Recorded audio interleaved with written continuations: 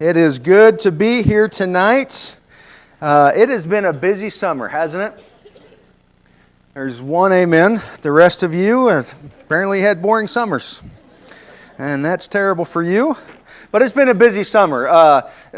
Some of us have been on vacation, some of us haven't. Some of us have been camping, and we like to call that vacation, but I am convinced camping is not a vacation. But we've been camping. We've done a lot of stuff with the teen group. It's been a great summer, hasn't it? At least for me it has. If it hasn't been for you, then sorry. It's been a great summer for me. But there has been a somber attitude that is covered the young people. Because summer has ended. And school has started. Right? But in the background, I don't know if you've heard it, but there have been sounds of jubilation and celebration because parents, school has started. Right? So, anyway, I'll move on. I'm excited. Summer isn't quite over yet. I mean, it ends what, September 20th? In terms of the teens, we have one more big event that's coming up, the Ivydale Challenge, which I'm excited about. That's going to be up at Camp Ivydale. It's the Ivydale Youth Rally, and a lot of people have asked, okay, why challenge? Well, let me tell you why. Challenge because I think in today's society, society in general has lowered the expectations of young people. And so, as we progress, right, we make fun of the younger generations and stuff like that and everything. But man, I don't think we should do that. I really don't. And I've been one that's made fun of the younger generations, and I feel like, well, I can do that because I work with them. But even at that, I don't know that it's right that we do that because we lower the expectations there. And I'm a firm believer in the fact that people will rise to the expectation that is set for them. There's a book by Bruce Wilkinson years ago called The 7 Laws of the Learner. And one of those laws is the law of expectation. And it simply goes like this. If you set an expectation, that individual or group of individuals will rise to that expectation as long as it's reasonable. For example, I could say, I expect all of our young people here, all the young people in the youth group, to one day be the President of the United States of America. That's an unreasonable expectation. There's a time limit there, isn't there? I mean, a term is only 4 years. We got 30 teens, and that's 120 years. They're not going to make it. So that's an unreasonable expectation. But, and our teens know this because they've been on trips with me and stuff like that, or they've been in my cabin at camp. Here's a reasonable expectation. I'll illustrate it this way. Whenever we get ready to go on a trip or we do something big, I usually give this spiel. Everybody knows what's right, and everybody knows what's wrong. And in all situations, you're expected to do what's right. And when you do that, 3 things happen. The first thing is that you bring glory and honor to God. The second thing is that you bring honor to your family. And then the third thing is that you bring honor to your church family. And it's amazing that young people will rise to that expectation almost every single time. When I first got to Richland, we were working on the Tri-Cities Youth Rally. And I was new and everything, and I said, you know what, I want to do the rules when we get to that point. And at that year, it was going to be at the Kennewick Church building. And so they're like, yeah, okay, you can do that. That's safe. We don't know you, so that's a safe thing to do. You can do the rules. So I get up and I do that little thing right there, and I sit down. Afterwards, I had a parent from Richland come up to me, and they said, you have messed up. Because you did not lay out the rules for everybody like you were supposed to. We're going to have teens all over the place. They're going to be running all over the Tri-Cities, and we're going to have problems just left and right. And we're going to be calling parents to come pick up kids and everything. We are just going to have problem after problem after problem. I said, I understand where you're coming from, but let's just give it a chance. She's fine. We're going to have problems. And walked off. I was like, all right, that's fine. And so at the end of the weekend, Sunday comes and goes, all the kids go home. This same parent comes up to me, she says, I can't believe it. That is the first year, or this is the first youth rally in memory, and I've been doing this a long time, that we had zero problems. You see, people, when the expectation, if it's reasonable, will rise and meet the expectation. And so I think when it comes to the Ivydale Challenge, I think it's time that we start challenging our young people. I think they can do bigger and better things if we give them the chance. And so we're gonna challenge them this coming weekend, and the focus is going to be worship. And we're going to answer some questions. You know, what is worship? Why do we worship? When and where do we worship? Who do we worship? And I think when we think of worship, we think of what we do when we come together as a body of believers, and rightly so. And we think of singing, because that's what we think of worship. And worship is so much more than that. What is worship when I'm by myself as an individual? How do I worship God? And so we're going to talk about that, and we're going to do a lot of singing. And on Monday, what I'm hoping to do next Monday, the Labor Day Monday, is we're going to learn 3 songs and then showcase those songs. When parents come up and pick up kids, we're going to do like a choir concert, if you will, and introduce those songs. And my hope is that all the kids that are coming up will take those songs home and take them to their home congregations and everything, and share those with their home congregation. So I'm excited about that. If you want to come up, that's going to take place at 11 o'clock on Monday morning. Or you can sleep in. That's fine too. But I think it's time that we raise the expectation and raise the standards, not just for our young people, but for us as well. If you will, turn to Matthew chapter 5. Matthew chapter 5, and we're going to camp out in verse 38 through 42 tonight.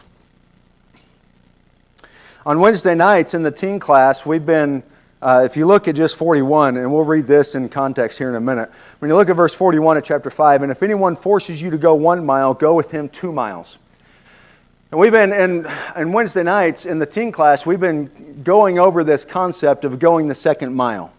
But we've been applying it in terms of what it means to be a servant. And so we've looked at this from the standpoint of going the extra mile as a servant. What does that look like? Maybe going the extra mile or putting in the extra effort when it comes to our faith. What does that look like when we finally have to take ownership of our faith and we're the ones as individuals that are responsible for it? What kind of effort do I need to put into my faith? Or do I just do the bare minimum, which I think a lot of us can be guilty of? Sharing the gospel, what does that look like? How do I go the extra mile and put in the extra effort when it comes to sharing Jesus Christ and the gospel message with others? What about bearing with one another? What kind of effort do I need to put in there? How many extra miles should I go when it comes to bearing with brothers and sisters in Christ? And so how do we put in that extra effort and not just do the bare minimum? I had a young man call me one time and he said, Jared, I've got community service. I've gotten in some trouble and I have to do community service. Can I do it there at the church building? I said, yeah, absolutely. And I don't know what made me think this or what made me say this, but I said it. And I said, but you just need to know something, Austin. I'm going to do it with you. Because you're not going to come up to the church building and just work and do all this by yourself. I'll do it with you. He said, okay, that's fine. And I'm thinking, if I'm going to sign off on this, well, I'm going to make sure I get my money's worth. And so he comes up, and I said, okay, we got to go to the teen room, and we got to sweep it and mop it and all that stuff. And it was a good-sized teen room. And so we go in there, and I get him set up. I said, I need to go and just finish up an email or two and make a phone call, and I'll be right back. It'll take me 10 or 15 minutes. He said, okay, I got this. And I knew in the back of my mind, because I've done it, I had done it before, that it would take a good hour. It takes a good hour for me to do all of that. Move all the couches and pick everything up and sweep and mop and put everything back. It takes a good hour. I'm thinking, teen, it might take an hour and a half, 2 hours. And in 15 minutes, I kid you not, he comes walking into my office. He says, I'm done. I said, no, you're not. He said, no, really, I'm done. I've swept everything and mopped everything. I said, did you move the couches? Oh, yeah, I moved them. Did you get in the corners? Oh, yeah, I got in the corners. I don't think you did. Oh, I got it. I'm done. I said, well, okay, let's walk down there and see. And I didn't even, you could walk through the door and you can see like all the dust bunnies under the couches. And I looked in the corners. They weren't even mopped. I don't even think he swept. I think he mopped real quick and said, okay, I'm done. I said, Austin, this isn't done. He's like, yes, it is. It's like, no, look, I can see all the dirt under the couches. I swept under those couches. Dude, you didn't even move them. How can you sweep under the couches? You didn't even move them. And he continues to argue with me. I finally said, Austin, let me have a real conversation with you. I said, I bet I can tell you what kind of grades you make in school. No, you can't. No, I know I can. I said, I bet you pull mostly C's and D's with an occasional F. And his jaw just drops to the ground, right? He's like, how'd you know? I was like, dude, it's easy. Look at all the corners you cut. You're doing just the bare minimum in here and then telling me you're finished. And I imagine that's probably what you do in your schoolwork. You do just the bare minimum to get by. I guess you're right. I was like, yeah, I know I'm right. And so the point of that story is when it comes to us going the extra mile and when it comes to us and the expectations that we see in Scripture, do we do just the bare minimum? Do we do just the bare minimum, or do we put in the extra effort? Let's read Matthew chapter 5, verses 38 and following, and then we're going to dissect this, if I have time. You have heard that it was said, an eye for an eye and a tooth for a tooth. But I say to you, do not resist the evil one, or the one who is evil. But if anyone slaps you on the right cheek, turn to him the other also. And if anyone would sue you and take your tunic, let him have your cloak as well. And if anyone forces you to go 1 mile, go with him 2 miles. Give to the one who begs from you, and do not refuse the one who would borrow from you. And so this passage here is almost in the middle of the Sermon on the Mount.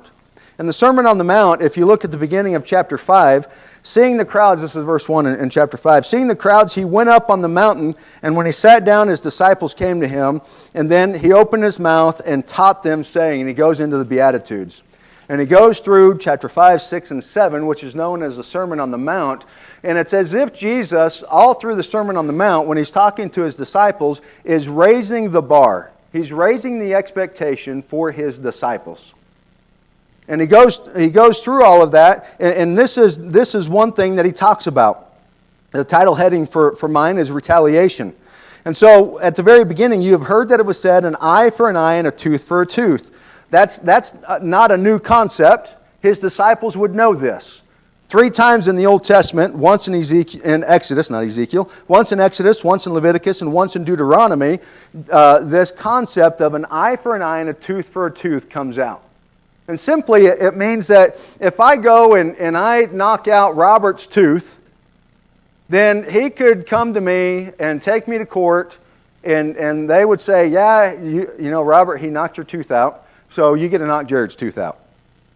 That was, pretty simple, but there was a reason why that was in there. It's not just in the Old Testament, it's also in Hammurabi's Code and things like that.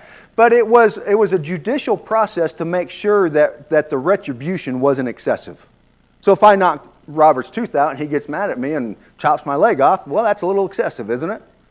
And so it was a concept or something that was put into place so that the retribution wasn't excessive. If I poke someone's eye out and they get mad, or if I kill someone's cow and they get mad, take me to court, well, yeah, you can kill his cow because you did that. He did that intentionally and so forth. By the time it rolls around to Jesus' time, it had changed a little bit, and it was more in terms of having a monetary fee that you had to pay. Oh, yeah, you knocked Robert's tooth out, you have to pay him X amount of dollars now, instead of Robert getting to knock my tooth out. And so that's how it worked. It was a judicial precedent that was set there. And then you get into the next phrase, but I say to you, do not resist the one who is evil. Now, I think we could look at this broadly and say, well, who is the one that is evil? And it's easy to say, well, that's Satan. That's pretty easy. That's Satan, and so let's resist him. Let's flee for him. Let's just not get near him. But I don't know that is who Jesus is talking about. But I say to you, do not resist the one who is evil. I think Jesus here is addressing the individual that has evil intent.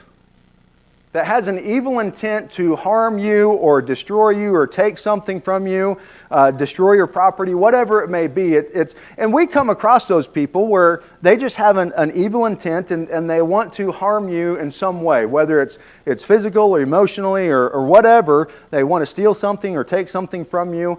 However it is, there's people in this world today that have evil intentions. And I think that's who Jesus is addressing here.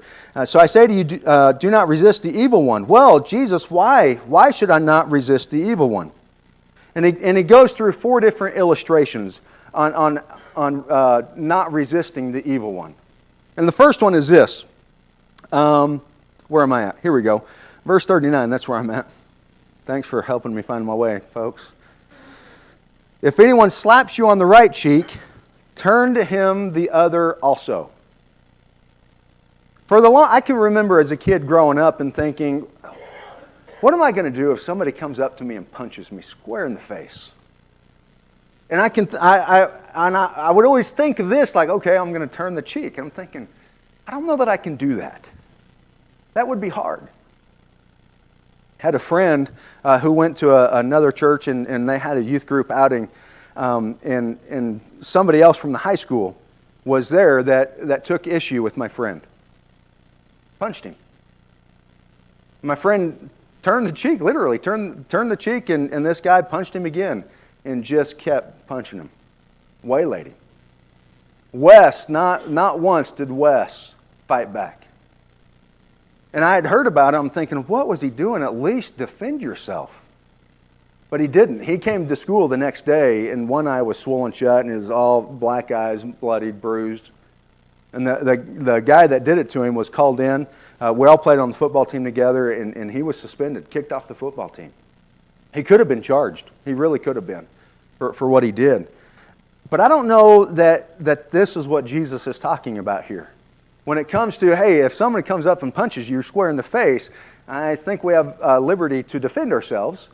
But if you look, it says, if anyone slaps you on the right cheek, turn to him the other also. This has more to do with insults. Has more to do with insults. Say I wanted to slap Don. Not that I want to.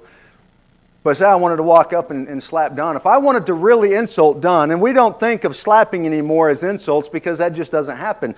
But in Jesus' time, that was a big thing. So if I was going to slap Don across the right cheek, I would have to do that with my right hand to create the ultimate insult, and it would be a backhand across the cheek. And that was an insult, and especially to Jesus' disciples who's sitting there listening to this and thinking, okay, I'm going to get, and you want me to turn the other cheek? No. That's my honor that's being called into question, and that just doesn't happen. You see, when we think of honor being called into question, you could challenge somebody, and I think of the duels in the 1700s and 1800s, right? And if Charles, you dishonored me, let's go duel, and we have these antiquated pistols, and we shoot at each other and hope we don't die. Right? That's defending my honor. And so Jesus is saying, if someone slaps you on the right cheek, then turn to him the other also. And then they could come across with an open hand and slap with the open hand. Well, that wasn't nearly as insulting, but it was still an insult. And so I think what Jesus is addressing here is that it's not about your honor. When it comes to us as Christians, it's not about my honor, but instead it's about honoring God. And so if someone calls a person with evil intent, calls into question your honor, well, let them. Let them do that. Turn the other cheek and move on. The second illustration that Jesus uses. And if anyone would sue you and take your tunic, let him have your cloak as well. Now, when it comes to Jesus' disciples, this is something that is way out there, and it's hard to understand. And it's like, wait a second, Jesus, we have things in place here that we live by, and there's a certain expectations that we live by, whether they're written or unwritten. And in this case, this one's written. That if somebody were to come and sue me, all they could take was my tunic, and a tunic was essentially a shirt. They can't take my cloak or my coat. They can't take my coat because that's what protects me, especially at night. If I'm traveling, I got to have something to cover up in and stay warm so I don't freeze. And so they can't take my, that's written in the law, Jesus. And so, but here's the thing. If someone came and sued you for your shirt and they took your shirt, Jesus is saying, take it an extra step there and go ahead and give them your cloak as well. The phrase that comes to mind for me is that what Jesus is telling his disciples is, okay, there's people in this world that are bent on evil and bent on destroying people and being mean and all of that stuff. And it's almost like Jesus is saying, how about you just kill them with kindness? If they're intent on taking your shirt, go ahead and give them your coat. Because in the end, if you think about it, it's almost like reverse psychology. How bad is that going to make that person look? And so when you're dealing with an evil person, just kill them with kindness. I think there's a lot of truth to that. The third illustration, and if anyone forces you to go 1 mile, go with him 2 miles. Now just like protecting my honor and wait a second, Jesus, things are written down, this was the same thing. This has more to do with the Roman occupation at the time. It was a Roman Empire, and there were Roman soldiers there. And most of you probably know this. If you do, then pretend like you don't know it and just, wow, that was awesome. But a Roman soldier could come up and walk up to Mike and say, Mike, you're one of the Jewish citizens here in Israel, and so you need to carry my gear for the next mile. And we know it has to deal with Rome because the measurement there is mile, and the Israelites at that time didn't use those types of measurements. The Roman Empire did. And so I could go up to Mike and say, carry my gear. He couldn't refuse. Because if he refused, then as a Roman citizen, as a Roman soldier, I could have Mike thrown in the jail, punished, flogged, whatever, because he didn't carry my gear for a mile. And so this probably really grated on Jesus' disciples, like, wait a second, here's these guys that are walking around making us carry their gear for a mile, and you want us to do what?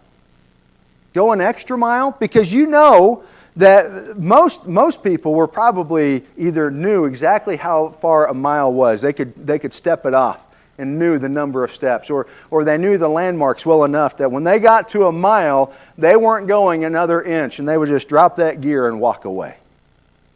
Could you imagine, though, after Jesus tells his disciples this, and he says, hey, go the extra mile. If one of his disciples, when he gets to that mile, he takes another step. And he takes another, and he gets to 10 steps, and the Roman soldier's like, yeah, this guy has miscounted his steps. He's going a little farther. That's all right, because I don't have to carry it that far. But you keep walking, and you get to 100 yards. And that Roman soldier's thinking, he must not know his landmarks very well, because he's really going beyond the mile. And you go 200 yards, and he finally stops you and says, hey, you've already gone a mile. You don't have to carry my stuff anymore. No, it's okay, I got it. And you just keep walking. Well, why would you do this? Why not? And you get to 2 miles, and instead of just dropping the gear, you hand the gear to the Roman centurion or the Roman soldier, and you say, hey, I hope you have a great day, and you start walking back. What do you think would be going through that Roman soldier's mind? Be like, oh, no way, I can't believe this just happened. And I think it goes back to that idea of killing them with kindness, putting in the extra effort. Because when we think of it in the terms that Jesus is laying out here, when you consider Jesus' disciples, this is absolutely opposite of their thinking. This contradicts everything that they knew growing up and how they handled things. And Jesus is saying, do it this way. When it comes to evil people, do it this way. How do we go about living our lives in that way? The fourth one, give to the one who begs from you, and do not refuse the one who would borrow from you. This one's a tough one, isn't it? I think it's a tough one because when it comes to benevolent, can't even say that word, when it comes to benevolence and when it comes to helping people, how do we go about doing that without being taken advantage of? Without somebody abusing that? And that's difficult, right? I know Clint and Lori and Richard and I, we talk about benevolence a lot, and well, how do we know when too much is too much or when somebody's taking advantage of us? Having been in other congregations, that always seems to be a topic of conversation when it comes to benevolence. You always want to help people, but also okay, they're taking advantage of what we have in place here. I can remember, back to Richland again, we had it set up where if people needed help with gas, we had a little business card from one of the local gas stations. And we would fill out their information and put it on, our phone number and say, go give this to the attendant at this gas station. They'll call us and we'll let them know that this is okay. And that's how it worked. Well, word got out that, hey, this church is giving out gas cards. And so, and I remember this one guy, he came in and he said, my car just died. I just ran out of gas down the hill. And can I have some help with gas? Can someone fill me up? And I was like, hey, no problem. We got this gas card. If you know how to get to this gas station, they've got a gas can. They can fill you up and everything. And he's like, oh, that would be great. And so I give him the card and wished him well and everything. And he walks out the doors, and I thought, something's not right here. And if you've ever been in the Richland church building, the offices are right here, and you walk out, and here's the parking lot. And there's an exit out this way, and you can't see it unless you walk down and all those glass doors right there, right? And that's the front of the building, which doesn't make any sense. Anyways, but I walked down there, and I looked out because I saw the guy walk this way around the building where all those glass windows and doors were. And that joker, kid you not, gets into his car and drives off. The same car that he just said was down the hill out of gas. And so I look at this, I think of this passage, give to the one who begs from you and do not refuse the one who would borrow from you. How much is too much? I don't know. But I do know that when it comes to helping people, evil or not, that we're commanded to do that. And maybe even to the extent that we sacrifice and we give to others who are in need. And I don't know if, I think of what Paul tells, when it comes to the contribution, give what's in your heart. Maybe that's the principle we live by here. Give what's in your heart. I don't think Jesus is saying allow yourself to be taken advantage of, because I do think we need to be good stewards in that and making sure that we're not being taken advantage of. All through the Sermon on the Mount, Jesus raises the standards. And he does that here when it comes to dealing with someone that is bent on evil or has evil intent. By turning the cheek. If someone sues for your tunic, you give them your cloak. If you go 1 mile, go an extra mile. If someone is begging from you, you give to them. And that is something that is completely contrary or opposite of the thinking of the day. You just didn't do those types of things. And when you look at the Sermon on the Mount, it really is Jesus laying out a lifestyle by which we should live by. Not that it's easy. I think it's difficult, but it's a lifestyle that we should live by. Jesus doesn't say that it's easy. I think of in John chapter 6 when Jesus is talking about himself being the bread of life. And he's telling his disciples, take my body and eat. It's the bread of life. Take my blood and drink. And at the end there of chapter 6, especially in verse 60, 61 and following, at the beginning of chapter 6, Jesus has a lot of people around him. By the end, it's just his 12 apostles that are with him. And he tells them, this is a hard teaching. But he never says that this is impossible. He never says that this is impossible. And I think this is an expectation or a standard that we can live up to. But the question is, are you willing to put in that extra effort? and go the extra mile when it comes to this lifestyle. And I'm just covering a small, tiny bit here, 4 verses in the Sermon on the Mount. Can we live up to that standard?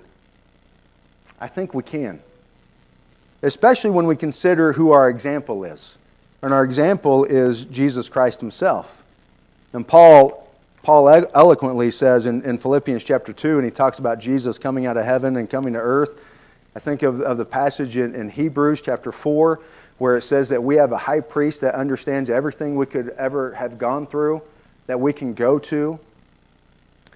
We have that example that we can live by and we can live up to. The question is, are you willing to do that? Are you willing to put in the extra effort? If there is anything that we can do for you tonight, whether it's to pray for you, put Christ on in baptism, whatever it may be, will you come as we stand and sing?